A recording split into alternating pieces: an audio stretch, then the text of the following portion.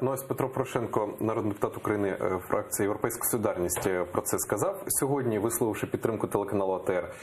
І також він ще додав, що у випадку, якщо рахунки АТР не будуть розблоковані, буде звернення до правоохоронних органів від «Європейської солідарності» і буде підняття цієї теми вже на іншому рівні. От саме який це інший рівень і яким чином, якраз зараз юридично, до вас як до народної депутатки зараз питання, юридично і що може зробити безпосередньо народний депутат у випадку підтримки АТРу або змінення цієї ситуації на краще?